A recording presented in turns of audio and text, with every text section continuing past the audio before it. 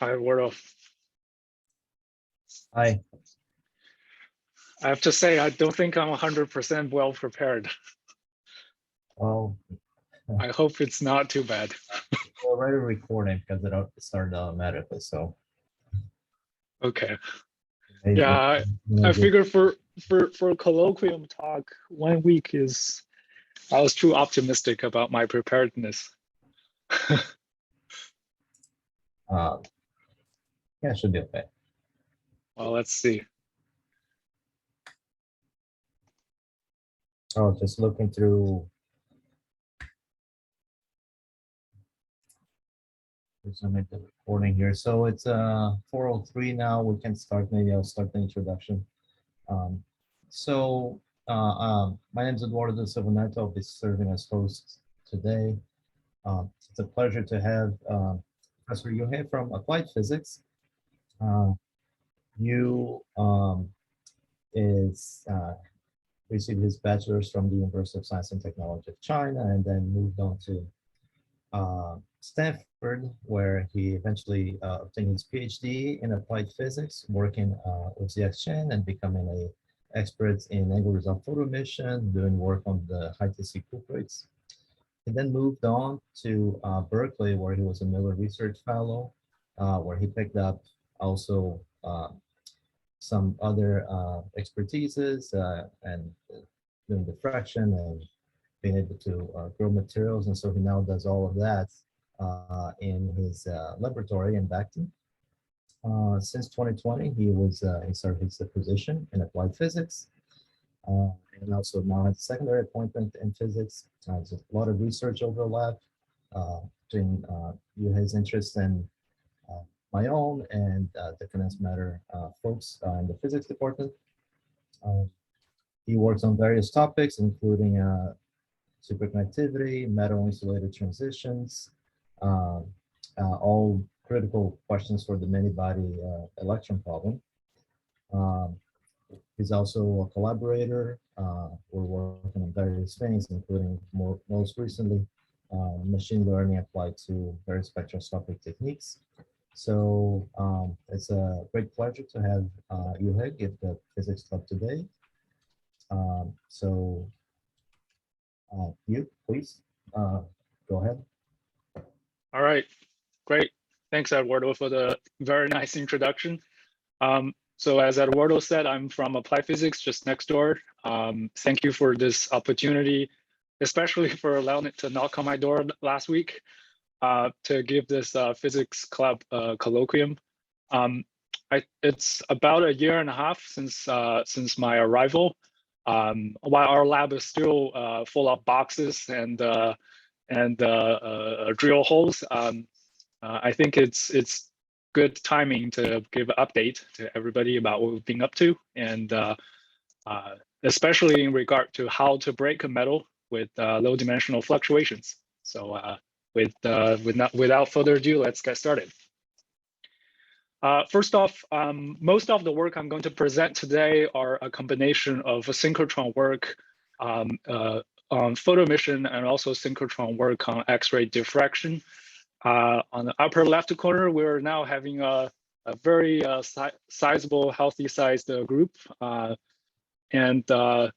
We also collaborate extensively with our theory collaborators in Clemson and Berkeley, and alongside with a lot of support from synchrotron beamline scientists all over the country.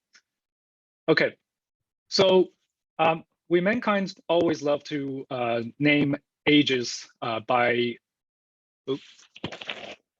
Okay, yeah, we mankind always love to name ages by the fundamentally important materials that we use, all the way that dates back from the Flintstone or Stone Age.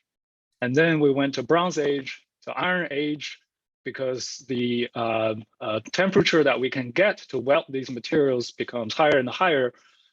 But then over the past century, we essentially stepped into the Silicon Age, where we actually were able to purify materials and almost control these material properties in an atomic level.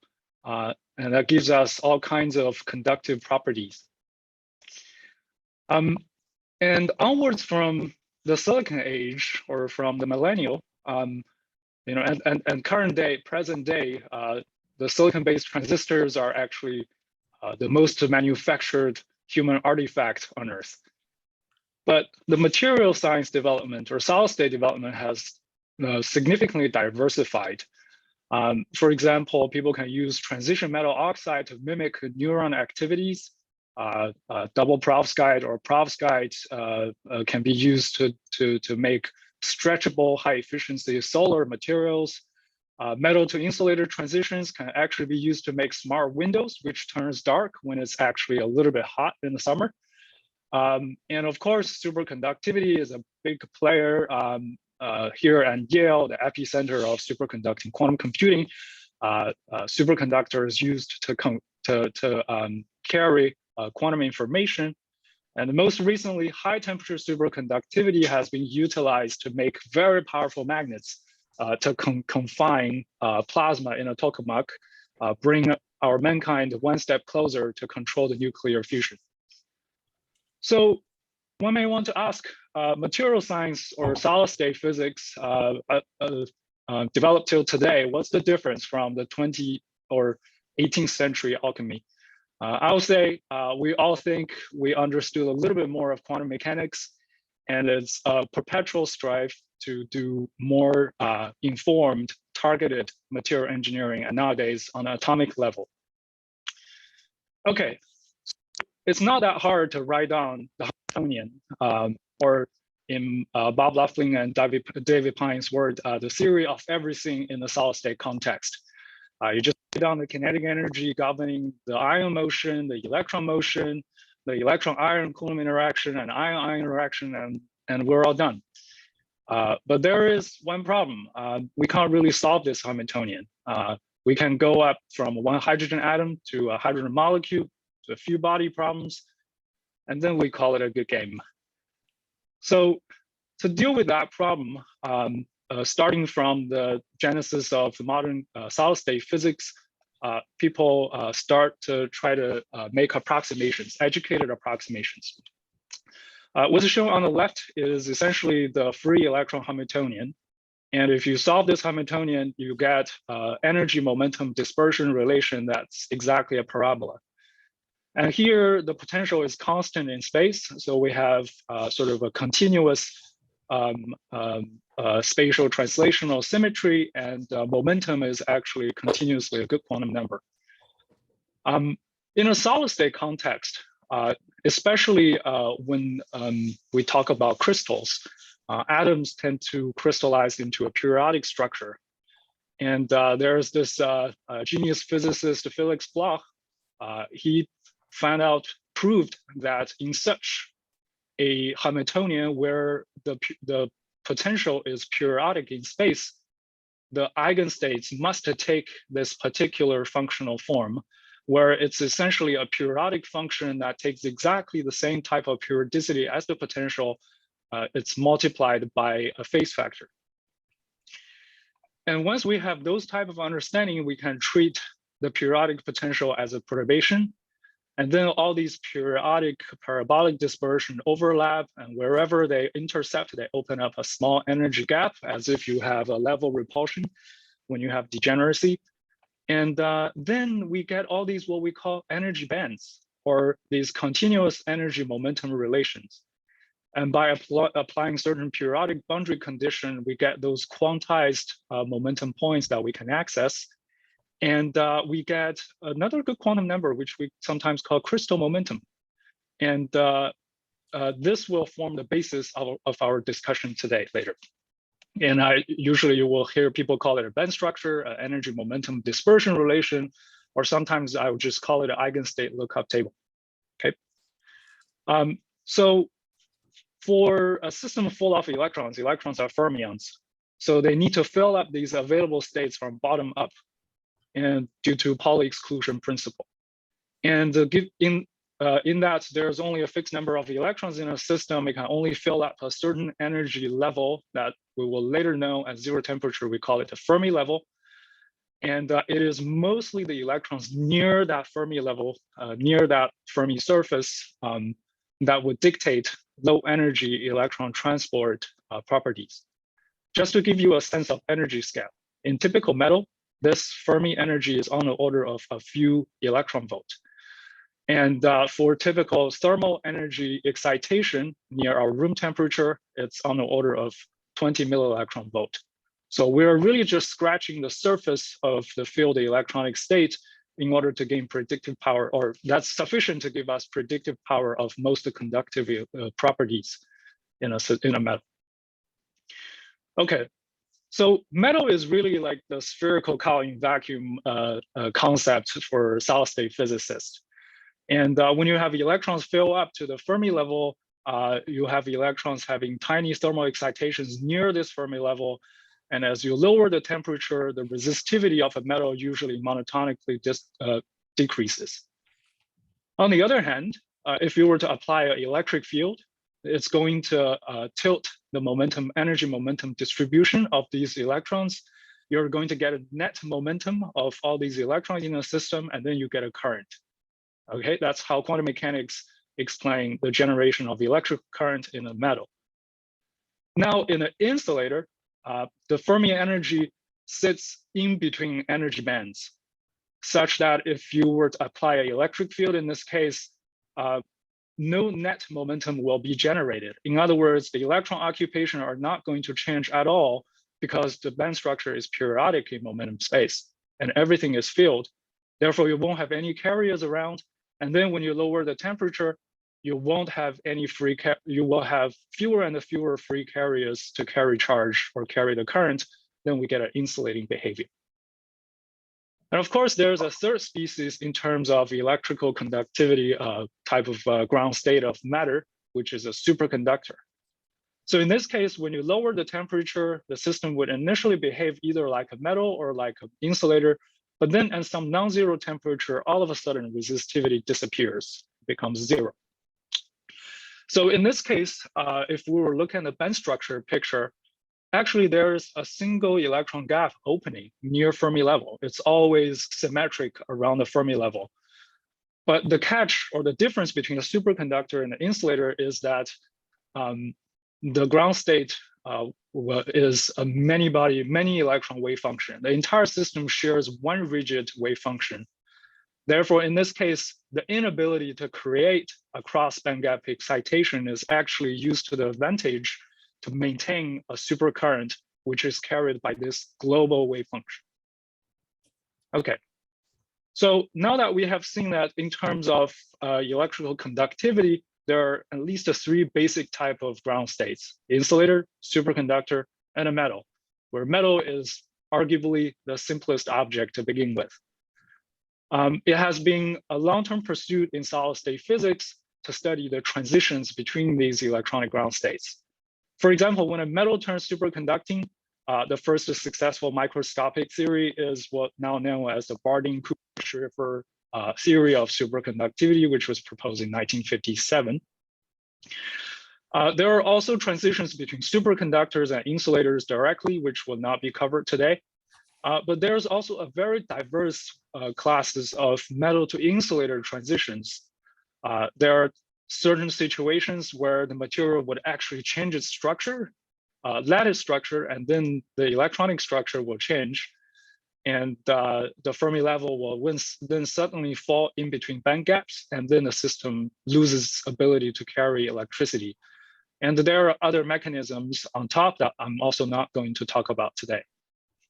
But the main catch or the main takeaway from this slide is in order to go between either metal and a superconductor or metal and the insulator, in order to break that metal, in most cases, we will have to break some sort of symmetry, either in a continuous way or in a discontinuous way. And there are other crossover phenomenon that varies between metals and insulators, metals and superconductors, but those are mostly of electronic origin to our current material knowledge. And from a free energy argument, this sudden change between metal and the other ground state can be rationalized in the following. If I have two different type of competing ground state, or two different type of competing states of matter, as I increase temperature, the free energy associated with that state will change as a function of temperature. Whenever these two competing states' free energy crosses, the system will make its decision to go with whichever has the lower free energy. And at the point where they cross, that's where the phase transition will happen. For example, when a metal goes to an insulator, in this case, it's one of those perovskite transition metal oxide. And the lattice structure actually changes. Those transition metal caged in this oxygen octahedra, they are going to have a structural rotation. And in the same time, the resistivity would suddenly take an upturn in an exponential way. And we turn a metal into an insulator. And in the meantime, there's a very sharp specific heat peak, indicating that there is some sort of discontinuity in the second order derivative of the thermodynamic potential.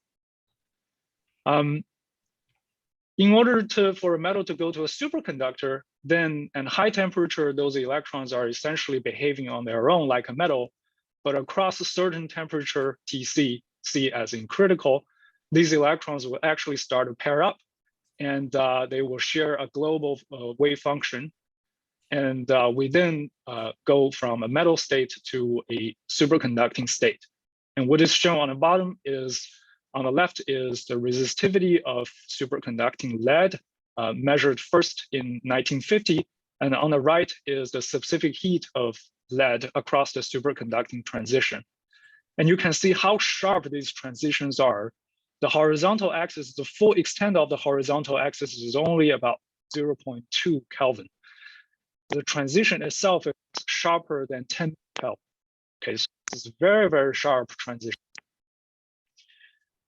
So with all these examples, you learn that in most cases, for an electron to undergo these transitions to break a metal, you either go to the gaps of insulation or superconductivity, or you choose to remain a metal.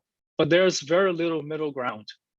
You can describe it with very simple mean field description, and there's very little tunability once you commit to one state. The question we want to ask from a material physicist point of view is, can there be more flexibility? Can we have some fluctuations or more dwelling time for electrons to decide which type of state it wants to go into? And that carries an engineering practical consideration in that it will give us more room to tune material to the property that we want. Okay, so to appreciate that, the last bit of sort of introduction part I'm going to go over is a Landau theory of second order phase transitions. Funny that we're just going through that in our introduction to superconductivity class not long ago. So Landau had this genius idea that since those thermal phase transitions are characterized by some sort of system average parameter going from zero value and high temperature to a non-zero value at low temperature continuously, we can essentially expand the free energy near the transition in terms of this small parameter m, which is characterized by some system ensemble average. And we also assume that this system order parameter m has very little fluctuation. In other words, the magnitude of the order parameter is much larger than its fluctuation around the mean value. And then we can also assume that the coefficient for the harmonic term alpha undergoes a sign change continuously across the transition Tc.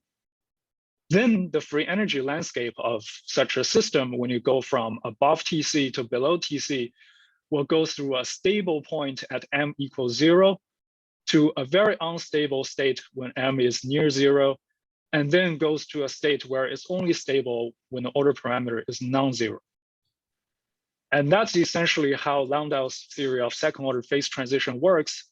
So in high temperature and near the transition, there's zero order parameter when you take the ensemble average.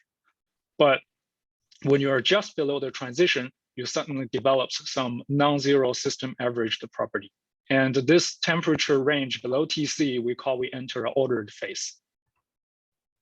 So it's all good, but when this mean field approximation does not apply, then we have a problem. but we also have opportunity. So within the premise of Landau theory of second order phase transition, we already see that if the temperature were to go very close to the transition, then the small parameter expansion and the negligence of fluctuation would become problematic. So as Witzler Ginsburg found out later that there is a characteristic temperature range over which, if it's too close to the transition temperature within this temperature range, the fluctuation will become so substantial that it overwhelms the magnitude of the order parameter itself, and the mean field theory will break. This is usually achieved by having either a very short correlation length or having a rather low system dimension. In either case, conceptually, you can understand it as that you reduce the number of nearest neighbors of any individual particle. Therefore, it becomes less and less valid mean field or averaged situation. There are many attractive points about studying these fluctuating regions in the phase diagram. For example, from a theory point of view, it's inherently a many-body effect. You can no longer describe it as a single particle physics. Sometimes it consists of superposition of macroscopic quantum states. And from a practical point of view, it's also during this region where we get a lot of tunability of material properties. And in order to detect these type of fluctuating region, we have to have a probe that is not just sensitive to the average of the order parameter itself, because it always averages to 0 above the transition temperature. We have to have a probe that is sensitive to either the average of the absolute value of the order parameter, or even directly sensitive to the squared of the order parameter. So as I mentioned earlier, these regions, they can be indicators of incipient order. So that will be very helpful for discovering new materials. They have very high tunability indicated by, they almost always have very high susceptibility of some sort when subject to external tuning parameters. And as such, they also have exceptional sensitivity, and they have been used to make supercapacitors, superinductors, and also very sensitive photon detectors.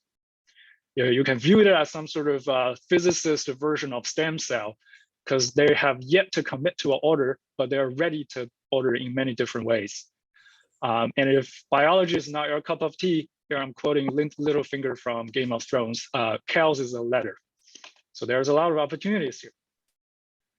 One example is if we were to make the order parameter the spin in a system, then we can essentially look at magnetic fluctuations in, for example, a Hubbard model. Say in a three-dimensional Hubbard model, you're going to have long-range antiferromagnetic ground state, ordered ground state, but at large U limit, where electrons repel each other very strongly, then you're also going to have very strong antiferromagnetic fluctuations at temperatures substantially above this antiferromagnetically ordered temperature.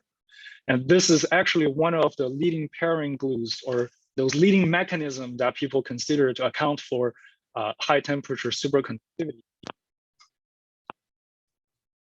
Okay, I'm going to skip that.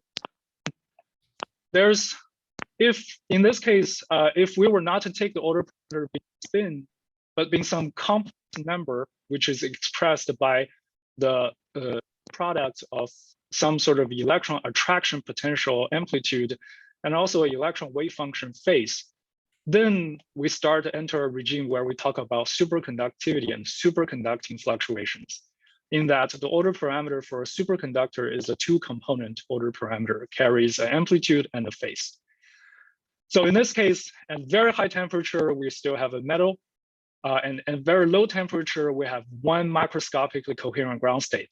But in this fluctuating region, we have standalone electron pairs, but they don't really talk to each other yet, so there's not much phase coherence. Therefore, when you do a direct average of the order parameter, because the phase is random, it goes to 0. But if you look at the amplitude or the amplitude squared of the order parameter, you then get a non-zero response in here. So there are many ways to make superconducting fluctuations strong. For example, you can go to low-dimensional superconductors. You can also introduce a strong disorder in the system, or reduce the kinetic energy of the electrons in the system. In either case, you're either reducing the coherence length or you're reducing the dimensionality. So what is being plotted here is some sort of characteristic electron pairing temperature divided by the thermodynamic transition temperature Tc. So the larger this number is, the stronger the system has fluctuating superconductivity.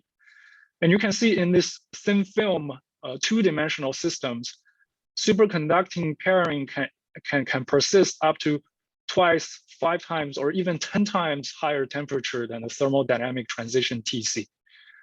But the problem is, for most of these systems, the more disorder or the more low dimensionality you make the system, the lower superconducting transition Tc itself will become. Very recently, there have been newly discovered superconductor monolayer iron selenium on STO, but despite the Tc being high, it's very error sensitive. So it's very difficult to utilize the fluctuating superconductivity in these materials.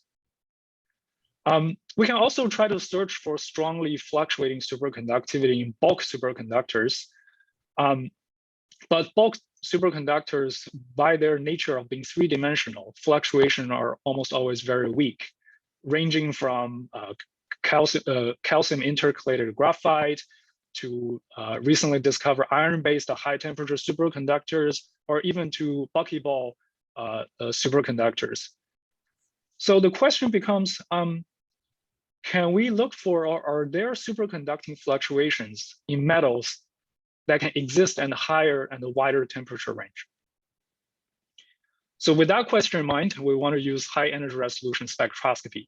And this is something that some of you may have already heard before, so I'm just going to go through it rather briefly. The spectroscopy that we're going to use is what we call angle result photoemission spectroscopy.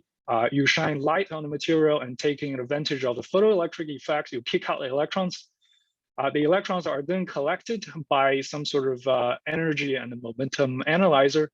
So in the end, you can tally the received electron's energy and the emission angle, and use the energy and the momentum conservation relation during the photoelectric effect process to back out the original electron energy and the momentum prior to it being emitted in the solid.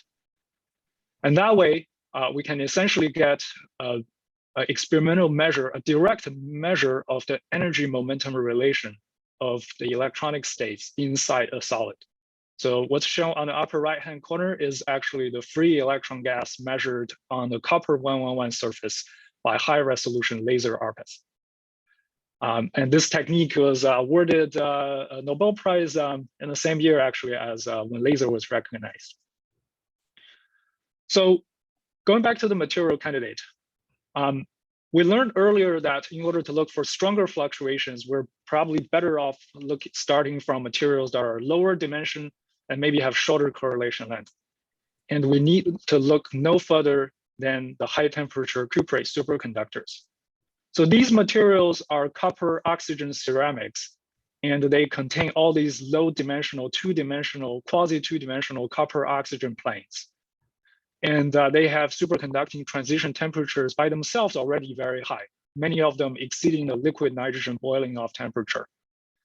We are going to look in a material system that is particularly quasi-two-dimensional. It has one of the highest in-plane and out-of-plane anisotropy in all of the solid-state system, BISCO, bismuth 2, strontium 2, calcium, copper 2, oxygen 8. Okay, that's a mouthful.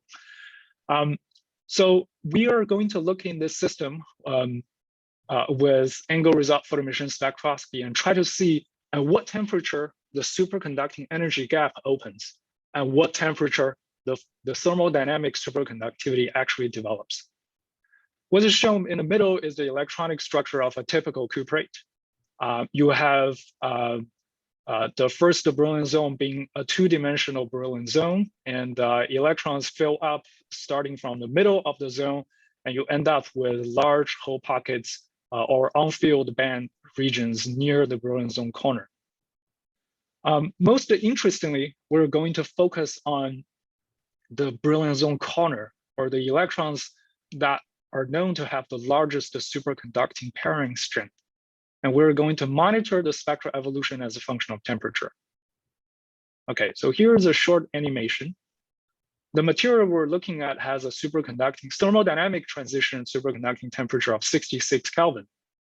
And you can see at low temperature, it's gapped, superconductivity is in place. Around the transition, the gap started to close, but it seems to linger around for a bit. And all the way up to 130, 140 Kelvin, the original continuous band structure gets recovered, okay? Now, don't worry if you missed one of those animation, we're going to have still frames in a bit. But I want to also point your attention to thermodynamic measurement. So the middle panel plots the specific heat of the material. The top line is the raw data, and after subtracting the phonon background, you get the electronic contribution. It shows a clear singularity at 66 Kelvin, but it onsets at a temperature much, much higher than the bulk transition. And this is in stark contrast to what we have seen in simple superconductors such as lead moments ago. On the right panel, that's the linear lattice expansivity. It tells you with temperature how fast the lattice expands. So that's also a thermodynamic quantity, which is a second order derivative of the thermodynamic potential.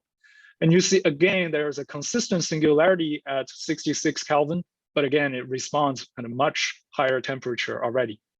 So all of these seem to suggest there's strong fluctuations in the system. And on top of that, we noticed one peculiarity on the band structure, which is the point where superconducting gap is maximum also happened to be a saddle point on the quasi two-dimensional band structure. Therefore, you have a divergence of density of state, and the electron effective mass here is very, very high, very, very large. Now we can just be a little bit more quantitative. We can look at the band structure evolution and the brilliant zone boundary as a function of temperature. You can see high temperature is a continuous band, and low temperature opens up a superconducting gap. And we can essentially trace the band position shift as a function of temperature, both at the Fermi momentum, which is the dashed line at in orange, and also at pi zero, or where the Van Hove point is, that's in green, in blue. And what is shown here is the energy distribution curve taking on these two momenta, plotted as a function, stack as a function of temperature. And you can see that the energy gap opened at a temperature substantially higher than the thermodynamic TC.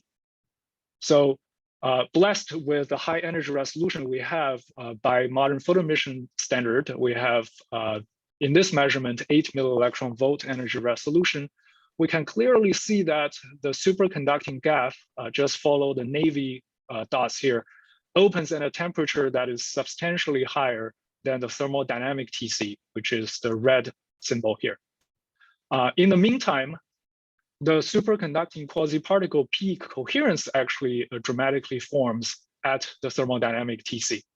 So really within one spectrum, we see that while the thermodynamic TC is at 66 Kelvin, we can already see electron pairing, superconducting electrons as high as 90 Kelvin or more. So we can try to rationalize and try to understand why this is the case with the information we gleaned from the momentum space. You can see that for a typical BCS superconductor, electron has very kinetic energy, therefore it's a very small band mass. The fluctuation will be very weak. In the meantime, on the BEC limit, Bose-Einstein condensation limit, usually in this case, the kinetic energy of the electrons needs to be very small, much smaller than the interaction energy between electrons. And you have a very large effective mass as a result, and the fluctuation will be very strong. But in high TC cuprate, these quasi two-dimensional cuprate, because the dimensionality is so low, and this peculiar band structure near where superconducting gap is maximized, where my cursor is in momentum space, you get very large effective mass, despite the fact that you also have very high kinetic energy. Then you can actually have much enhanced superconducting fluctuations in such systems compared to regular high kinetic energy metallic normal state superconductors. Okay, so just quickly summarize this part. We did some more follow-up work, and we found that for all these colorful different types of cuprate superconductors, the superconducting fluctuation temperature can always, or superconducting pairs can actually persist at least 30 to 40% above the thermodynamic TC.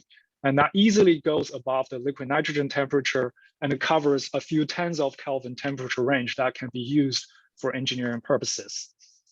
And indeed, again, both enabled by the low dimensionality and high effective mass near where superconducting gap is maximum in momentum space, we see that cuprates are indeed a very good platform to leverage strong superconducting fluctuation and break its normal state metallic state. Okay, so what can we do with all these spectroscopic data? This is actually something I'm pretty excited about and that Eduardo alluded to earlier. Remember, moments ago, we were really just using two lines from these extremely rich full two-dimensional spectra to look at how superconducting gap or fluctuating superconductivity evolves. But there's 99% of the data information that we tossed away, and we need not to. So especially in situations where energy resolution is a limit, or where the intrinsic electron lifetime is so short that it becomes comparable to the inverse of the superconducting gap, we actually could use the full two-dimensional spectral information to obtain a much better estimate of either the superconducting gap size or whether there is a fluctuating superconductivity in the system or not. So we have been working with our very brilliant undergraduate student, Ian Wan, working on a two-dimensional spectra fitting, and he has obtained very promising results to dramatically improve the accuracy to determine superconducting gap compared to traditional literature practices over the past 20 years. And he won a poster prize last summer in the ALS user meeting, which we're all very proud. Recently, with all the advance in machine learning, image processing-based machine learning in particular, we're collaborating with Vidvuds, Fan Liu from Emory University, and Yao Wang from Clemson University to work on using these two-dimensional full spectral image as a training set to train a neural network to identify or to help us classify whether a material is in a fluctuating state or not based on the high volume spectroscopic data that we can easily obtain in them. Our recent preliminary result shows that even in a sub-resolution situation, by taking advantage of the full two-dimensional data, we can achieve a rather high fidelity and classifying the true superconducting state, fluctuating superconducting state, and the normal state. So these are all pretty exciting development, and we're also working with Eduardo to see if this can be extended to other complex spectroscopy. We have also been working with Charles An and Sarab Ishmael Beghi in applied physics, trying to see if we can also use this high volume data, high throughput method, combine that with spatially resolved RPES, and use continuous surface functionalization to do very high throughput superconductor discovery or superconductor search. So by being able to tell whether a system is in a fluctuating state, we essentially extended our target of figure of merit. Okay, I think I spent a lot of time talking about fluctuations, and I'll spend the last 5 to 10 minutes talking about fluctuations that breaks a metal not towards a superconductor end, but towards a insulator end. So as I listed here, we have shown that fluctuations can be realized for the magnetic degree of freedom, can be realized for the superconducting order parameter. But can we also try to see some electronic transport effects of manifested through the lattice fluctuations, the phonon fluctuations? So as I mentioned earlier, for most of these metal to insulator transitions, it would, in many cases, it would involve a structural transition that changes the band structure and make the initially metallic band structure insulating gapped state. And in order to look at or enhance or look for fluctuating states, our immediate reaction is, can we try to look at lower dimensional systems? So we recently noticed this very interesting quasi one-dimensional calcogenite, tantalum nickel pentaselenite. It has first layered structure of tantalum and nickel planes. And then if you were to look from the top, you see that within each two-dimensional plane, there are a lot of quasi one-dimensional tantalum chains and nickel chains. And they're extremely exfoliable, they're stretchable. And if you were to trace their structure as a function of temperature, they actually have a structure transition from a high temperature orthorhombic state into a low temperature monoclinic state. So the monoclinic state is really just featured by the tantalum chains shearing by just 0.5 degrees from the original 90-degree orthorhombic angle. Okay, and from band structure calculations, you can see that on the left-hand side, that's the normal state orthorhombic structure. You have a metal or semi-metal. You have equal amount of electrons and holes in the system. But on the right-hand side, that's the low temperature monoclinic state. And you can see that with just that 0.5 degrees shear of tantalum chain, you're going to open up an energy gap on the order of 100 to 300 millielectron volt. And it becomes a narrow bandgap semiconductor that has a mid-infrared response. And most intriguingly, if we were to look at the DC electrical resistivity, we see that when the resistivity is probed along the A-axis or along the chain direction, we do not really have a metallic normal state up to 500 Kelvin. It only started to become metallic when you go about 550 Kelvin. So this is very strange. And very recently, people also have found that if you were to use ultra-fast laser pulses to pump the system, you can actually dramatically switch the insulating ground state into some metastable metallic ground state, and during which you can have almost 4 order magnitude change in resistivity. So this also makes this material extremely useful in switching and memory applications. Now our question is, what is behind all these metastable ground state and anomalous high temperature phase, which was supposed to be metallic, but still looks somewhat insulating? So to really look in such a complex system where we know both the electronic degree of freedom and the lattice degree of freedom are closely involved, we resort to a combined approach. We go to synchrotron to do both X-ray diffraction, which directly probes the lattice, and angle result photoemission, which probes the electronic structure. Okay, I think I'm going to be done in 5 minutes. So we first take a look at the electronic structure. So what you can see here is the constant energy intensity plots of the electron spectral function. And you see, indeed, it's very, very quasi one-dimensional. The Fermi surface is almost a line in plane. And if we were to take an energy momentum cut along the direction where it's most dispersive, along the chain direction, you can see that at lowest temperature, it is gapped. And at high temperature, there's no energy gap. So DFT calculation naively tells us there should be a very vanilla type of metal to insulator transition as soon as the structure recovers the orthorhombic state. But if we do high resolution angle result photoemission spectroscopy, look at the actual electron density of state or electron spectral function, we see that so LH and LV are just two different symmetry channels that highlights different orbital contributions. You can view the total electron density of state being the sum of the top row and the bottom row. You can see that across this structure transition, 329 Kelvin, the density of state on the Fermi surface, on the Fermi level, hasn't really recovered yet. Actually, not at all. And if we were to be a little bit more quantitative, we can just integrate the total electron spectral weight at Fermi energy and plot it as a function of temperature. And you can see that as a function of temperature for the bottom middle panel in either symmetry channel, meaning that either we're just looking at the tantalum electrons or looking at nickel electrons, they just seem to blast through the phase transition, almost doesn't care about it. The electron density of state is continuously being replenished, and no true metallic normal state has really been achieved. So on the other hand, from DFT, we know that the semi-metallic state is supposed to tie to the orthorhombic structure phase. So it really made us suspect, is there something strange going on with the lattice, even at a temperature above the structural transition?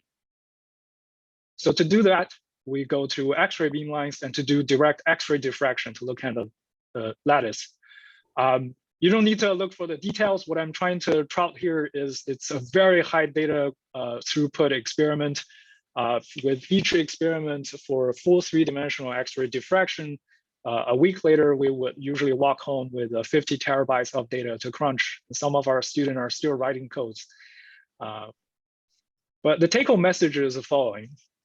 First, if we were to look for the structural symmetry breaking, we can just look at the Bragg peak splitting at plus and minus edge direction. And in the middle panel, just look at this plus minus 134 Bragg peak. And you can see that when you go from high temperature to low temperature, this one peak split into two, signifying that the orthorhombic structure turns into a monoclinic structure. And that change of the Bragg peak position is a direct measure of the lattice atomic displacement X. In the meantime, we also see something very strange. If we look at the 200 structural Bragg peak, while its position did not really change much, its intensity evolved very dramatically.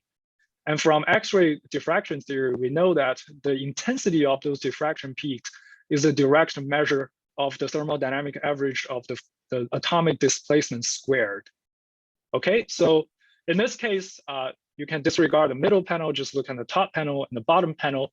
You can see while the position of the Bragg peak shows clearly the second order phase structure transition, the intensity of the Bragg peak already reveals a very extensive fluctuating region above the second order structure transition.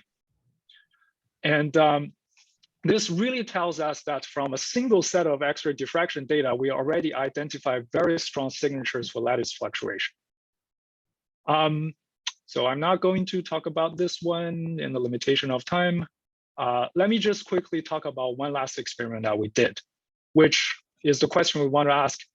Does the low temperature state, which was to meta-stable early on and switch its activity with a pulse of laser, the question we want to ask is, does the low temperature meta-stable state also has a lattice fluctuation contribution? And the way we try to do it is we try to see how the low temperature or the ground state, how stable it is against charge doping. And to dope charge into the material, experimentally, we just spray a sprinkle potassium atoms onto the material surface because the potassium atoms have very low electron affinity, so it donates a lot of electrons in there. For a normal semiconductor, if we were to put electrons into a band, we can sort of liken the electrons to water and the band being a cup. The water level will just keep increasing. And in photoemission, since we measure everything with respect to the chemical potential, what we're going to see is essentially the band bottom or the bottom of the cup steadily sinks as you introduce more electrons into the system. In a semiconductor, if we were to use the same analogy, if we were to dope electrons into that rigid band, what we're going to see is the top of the valence band will sink deeper. Okay? But here's what we actually see when we dose a lot of electrons into the system for the ground state, for the low temperature symmetry broken state. You see that initially the top of the valence band drops, which is consistent with a positive chemical potential shift. But very soon after that, the band stops moving, and actually the band gap disappeared. By introducing charging to the system, we not only just changed the electron filling, but we actually destroyed the insulating gap. We can be a little bit more quantitative about that. You don't need to read the details of this graph, but what we can do is we can measure how chemical potential evolves as a function of charge doping. And we see that in the middle region, the chemical potential actually drops as you put more electrons into the system. That seems to say the more water you put into the cup, the lower the water level actually becomes. And that by itself is not thermodynamically stable if we were to just consider the electrons as a subsystem by itself. And that's a very clear thermodynamic cue showing that the electronic subsystem must be able to exchange energy with some other degree of freedom. Because this material is non-magnetic, we have no one else but to suspect that lattice coupling will also play a very important role in dictating the stability of the ground state. Okay, I'm going to skip the calculations and let me just go to the summary. There are a lot of exciting opportunities about what we can do to engineer these metastable states, especially facilitated by low dimensional fluctuations, in this case of the lattice.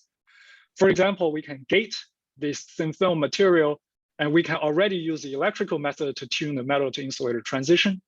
We can also apply a strain, which our postdoc Suchi Wang actually just by depositing this thin film material on a boron nitride thin film, just by that tiny strain, as a result of putting the thin film onto the substrate, you can already see there's more than an order of magnitude change of the ground state electrical resistivity and more than 10% change of the phase transition temperature. We can also substitute selenium with sulfur to create the internal chemical pressure on the material.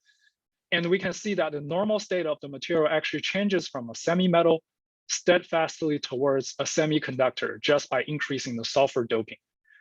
And last but not least, we have recently started exploring with our colleague Owen Miller in applied physics to see how we can design a special substrate that has some photonic structures or have surface plasma confinement such that we can introduce very strong light matter interaction in these metastable lattice. And then we can create essentially this hybrid matter to leverage this high tunability of these strongly fluctuating systems. All that being said, I think I will stop here and show you, I hope I have convinced you that fluctuating phenomenon is really exciting frontier in modern condensed matter research. It latches both onto fundamental science and also onto a lot of exciting application opportunities. All right, thank you. Thank you, Yu, for a great presentation. I think I'll start asking if folks have any questions, especially if I guess giving some priority for any students who might have any questions.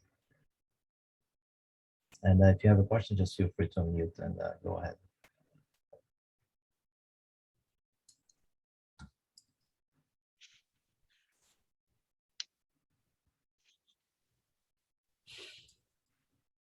Or Leonid has a question. Please go ahead. You're muted. To start, hi, yeah. So just to start. So I understand that qualitatively you might speak of fluctuations far above TC, but I just wonder how you quantify it. So, for example, I mean to be specific, for example, you have shown the ARPES measurements basically of more or less spectral function as a function of energy, I guess, with some small dimple. So I just trying to understand, and you told that, okay, that's show that there is a kind of incipient gap formed already above TC. How do you quantify it? Can you just, you started with telling that there are some average phi squared, average order parameter, square order parameter. So can you extract, say, square order parameter from ARPES data somehow? Yeah, thanks, Leonid. I think I was really zipping through that part because I thought most people might have already seen it. So photo emission, what it measures is the amplitude of the order parameter, not the squared in this case for a superconductor. So what photo emission measures is the size of the gap instead of being also sensitive to the phase. So right, if there is a gap, but I mean, how?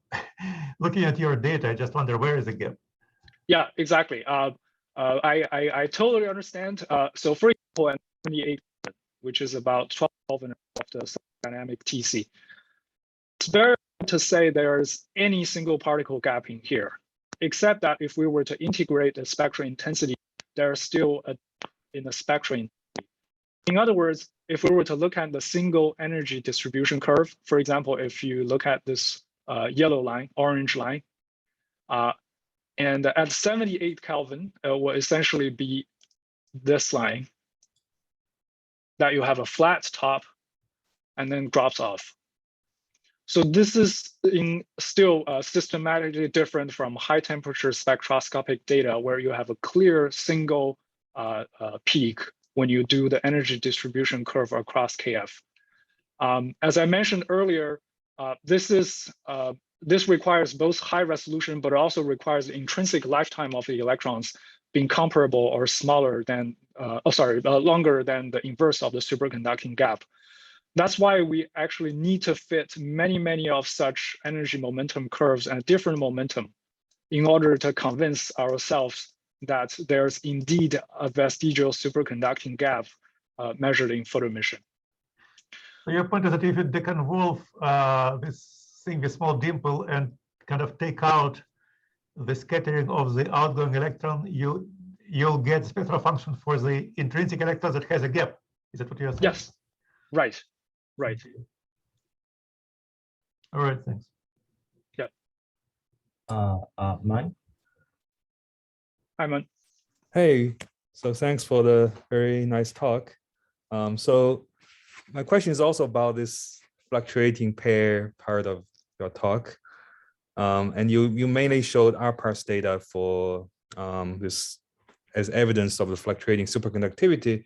Can you just briefly comment on whether these fluctuating pairs also affect how that could affect, say, transport or conductivity? Especially since we know when you go above superconducting dome, there's all these pseudo gap and all that stuff going on. Yeah. Just want to hear what the comment is. Yeah, I guess I'm talking to an expert in this field. Yeah, so due to the limitation of time, it did not show other techniques. One, I think the most earliest indication of prepared electrons is from the night shift measurement from NMR, which measures the susceptibility. We actually also did an NMR measurement on these exactly same set of cuprates as well.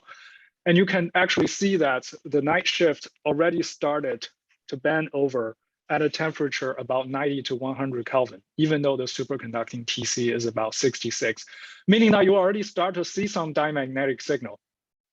Very sensitive magnetic torque measurement, I think pioneered by Liu from Michigan and also Robert Cava and on from Princeton. They also saw those very weak but preformed diamagnetic responses at higher temperatures.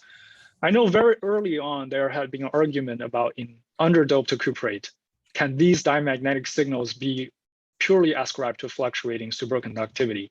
So that part is unclear. But what we are looking at here is overdoped cuprate, in that there's no pseudo gap, there's no mod physics, and it's very clear that we have a very well-defined metallic Fermi surface in the normal state.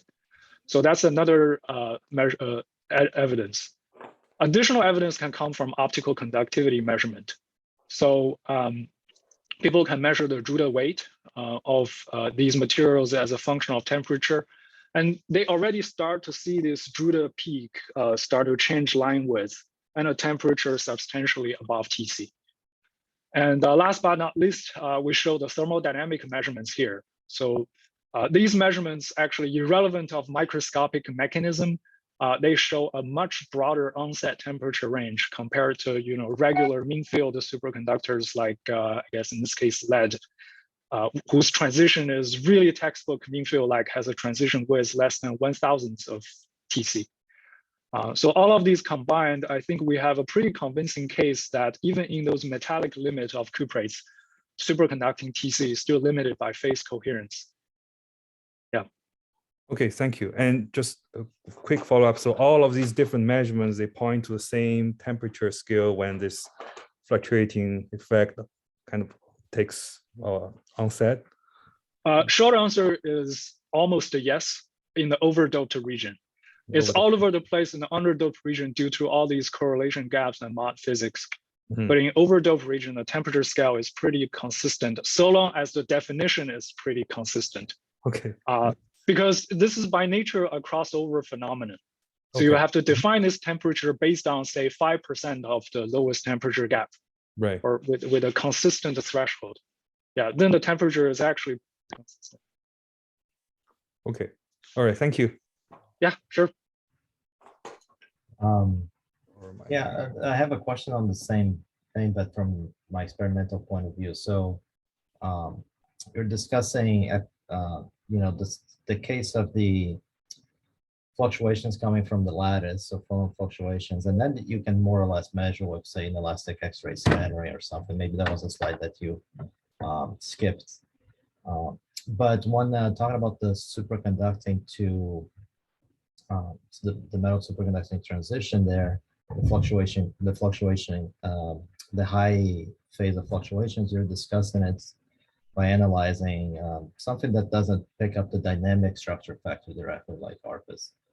So of course, ARPAS has the many benefits of high momentum resolution and things like that. So, and on the other hand, the phase fluctuations in a superconductor, you can pick up a variety of perhaps complicated optical measurements. So is there, what is there an experiment or a technique that can or has yet to be created to probe with high momentum resolution, but also get the dynamic factor and pick up directly the phase fluctuations?